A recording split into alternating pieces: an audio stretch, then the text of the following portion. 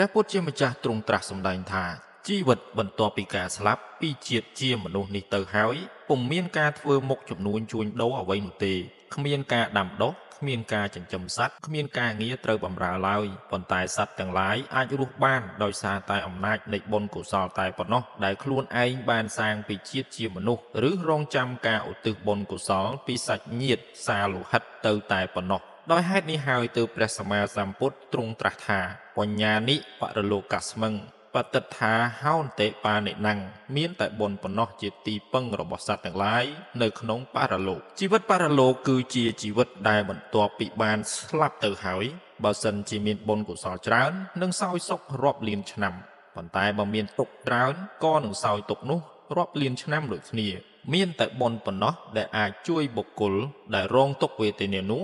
ឲ្យផុតរងទុក្ខវេទនាបានអនុមោទនា